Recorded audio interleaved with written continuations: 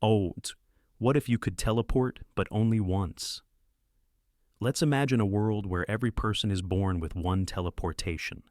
Just one. A single, instant jump to anywhere on Earth, used at any moment you choose. No second chances. One shot to go anywhere, at any time. Some people use it early. A kid in Peru wants to see snow. Boom. They appear in the Swiss Alps, screaming with delight and freezing their fingers off. Others save it for emergencies. You're falling off a cliff? Boom.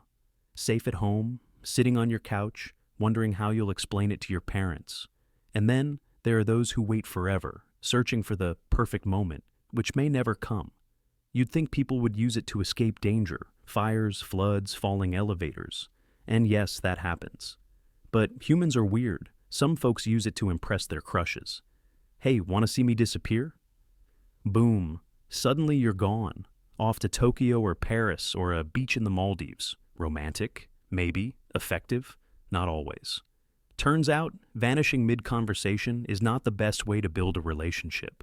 Then there's business. CEOs vanish from boardrooms and appear in Dubai to close deals in person. Athletes use it to switch teams, literally. One football player left the field mid-game and reappeared in a different stadium, wearing a different jersey. They rewrote the rules after that.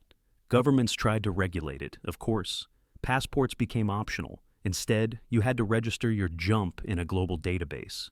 That didn't stop teleportation crime, thieves robbing banks and teleporting out. But that's the thing. You only get one. Rob a bank and teleport away? Great.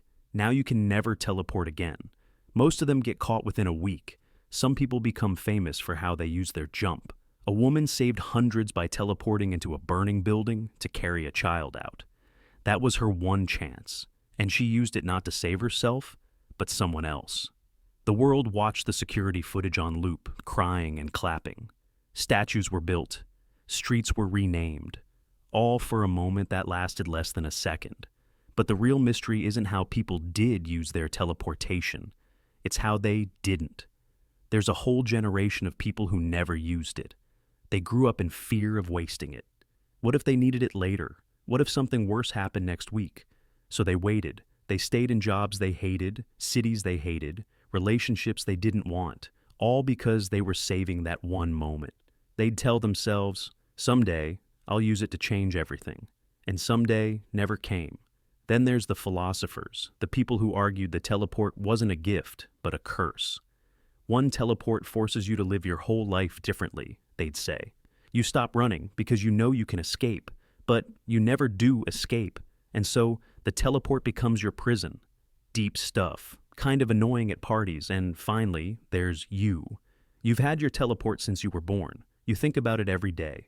Some days you plan to use it for fun, teleport onto a roller coaster mid-ride, just to scream like everyone else. Some days you imagine escaping your town, your family, your life. Some nights you lie in bed and whisper, "What if I used it now?" But you don't. Until one morning, you wake up. The sky is dark, not because it's early, but because something's wrong. The news flashes. A meteor, city-sized, is heading for Earth. We have days, maybe hours, and suddenly the world panics. Airports are abandoned. People vanish. Boom, boom, boom. Lights blink out across the globe. News anchors disappear mid-sentence. Doctors leave hospitals. Politicians are just gone. Everyone's using their teleport, and you're frozen. Should you use it now? Should you wait? Maybe the meteor will miss. Maybe someone will stop it. Maybe... Then you see her. She's running down the street, your little sister. She was at school. How did she get back? She's calling for you, crying. And above her, way up in the sky, a tiny glowing dot is growing bigger. You grab her hand. You know what to do. You think of the safest place you've ever known, your grandmother's cabin, hidden in the forest, far from any target, far from anything. You close your eyes. Boom, silence. You open your eyes. You're there. The birds are chirping. The air smells like pine. She's still holding your hand, and she's safe. You used it. You're one and only. And suddenly, you feel light. Not because you teleported, but because you don't have to wonder anymore. You made your choice, and it was the right one.